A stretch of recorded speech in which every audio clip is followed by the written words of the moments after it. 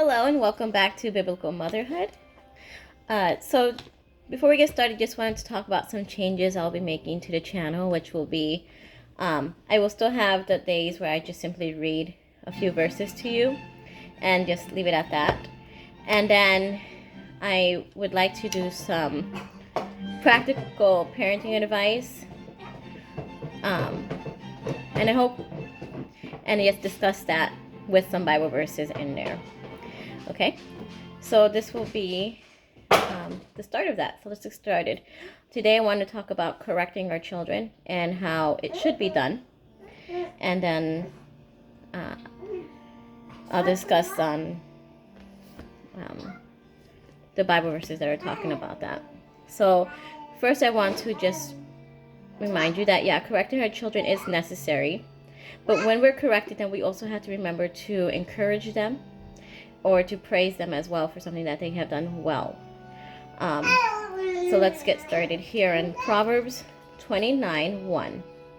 It says, "He that being often reproved hardeneth his neck shall suddenly be destroyed, and that without remedy." And Proverbs 29:17 says, "Correct thy son, and he shall give thee rest. Yea, he shall give delight to thy soul."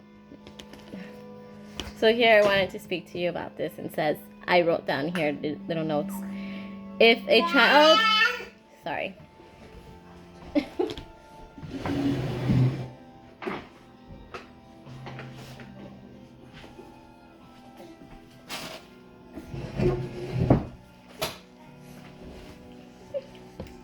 Yep.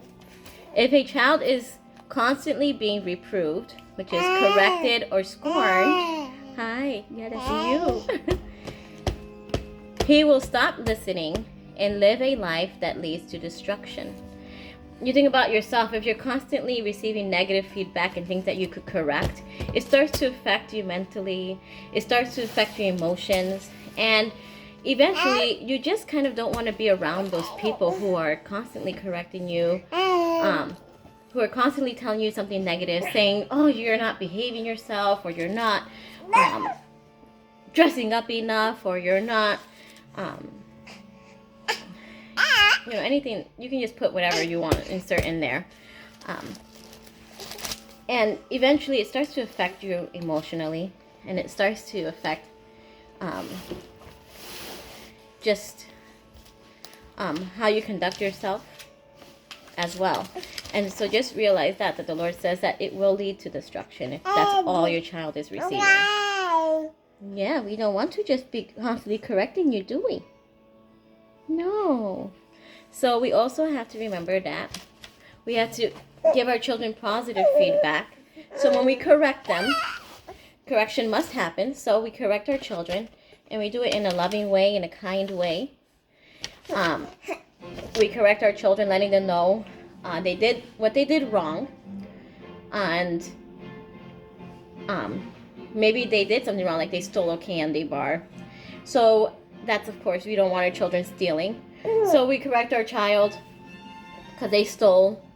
We go ahead, we take them to return the candy bar or pay for the candy bar that they have taken. And then we look at our children and we have to remind them that we still love them, we still care about them. What they did was wrong, and that doesn't mean that shows their character. It just means that they weren't putting their best foot forward that day, and they were just putting a selfish need above what was, what is a necessary need, which is learning to work for what you want. And I always encourage you so when you leave them in that positive note, give them a hug or a kiss.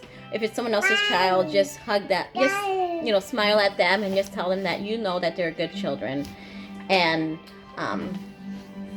that what they did was just a simple mistake, and that they'll correct themselves later, and that that they'll make better choices, and that they have learned from that incident. So just that simple reminder as and I'm sorry if this video was a little bit more distracting than usual, but well, I'm a mom, so well, God bless and take care, and Enjoy your day. Bye.